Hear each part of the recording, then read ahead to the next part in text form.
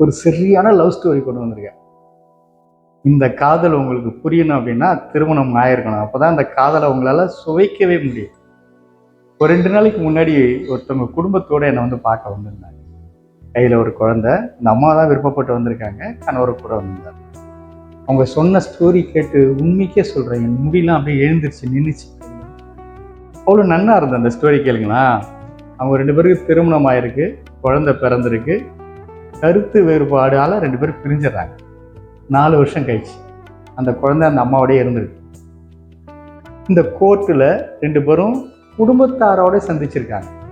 அவங்க குடும்பத்தை சேர்ந்த அப்பா அம்மா வராங்க, இந்த குடும்பத்தை சேர்ந்த அண்ணன் தம்பிலாம் வராங்க, நண்பர்களாக வராங்க.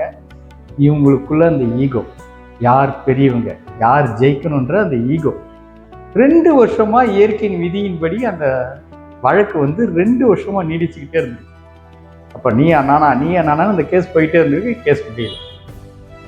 ஒரு நேரத்தில் இந்த குடும்பத்திலேருந்து யாரும் வரல, இந்த குடும்பத்திலேருந்து யாரும் வரலன்ற மாதிரி ஒரு நிலை வந்திருக்கு.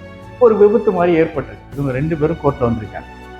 கோர்ட்டுக்கு வந்த உடனே 2 பேருடைய மனநிலையும் வேறையா இருந்திருக்கா. அன்னைக்கு என் கணவராச்சே, என் மனைவியாச்சே, என் குழந்தை எப்படி இருக்கு அப்படின்னு இப்படி ஒரு அவங்களுக்குள்ள ஒரு உறவின் ஏக்கம் வெளிப்பட்டிருக்கு.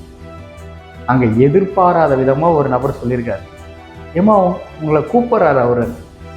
யாரையோ கூப்பிட போய் இந்த அம்மா தன் கணவர் தான் என்னை கூப்பிட்றான்னு நினச்சி திரும்பி பார்க்க, இவரும் அதே எண்ணத்தோட திரும்பி பார்க்க 2 பேருக்குள்ளேயும் திரும்ப அந்த காதல் மலர்ந்துருக்கு.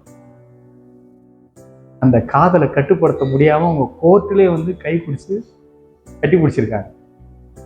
அப்புறம் மீதி நான் சொல்ல வேண்டிய அவசியம் உங்களுக்கு இல்லை. இங்கே நம்ம என்ன நினைக்கிறோம் அப்படின்னா, நம்ம பின்னாடி 4 பேர் இருந்தாங்கன்னா அது யாராவனா இருக்கலாம். நமக்கு ஒரு அசாத்திய தைரியம் வரும். அந்த தைரியம் எங்கே பயன்படுத்தணும்னு இருக்கணும். குடும்ப உறவுல 3வது நபர் யாரை வேணா இருக்கட்டும், அப்பா அம்மா கூட இருக்கட்டும், நம்ம 2 பேருக்குள்ள நடக்கிற சண்டையில 3வது நபரை உள்ள கொடுத்தீங்கன்னா இந்த ஈகோவாலே நம்ம பிரிஞ்சிருவோம். இந்த செய்தி எனக்கு அவ்வளோ ரொம்ப மனசை தொட்ட மாதிரி இருந்தது. இது உங்களுக்கும் உபயோகமா இருக்கும்னு நினைக்கிறேன். ரொம்ப ஒத்துமையா வாழற ஜோடிகளுக்கு இந்த கதை சமர்ப்பணம். வணக்கம்.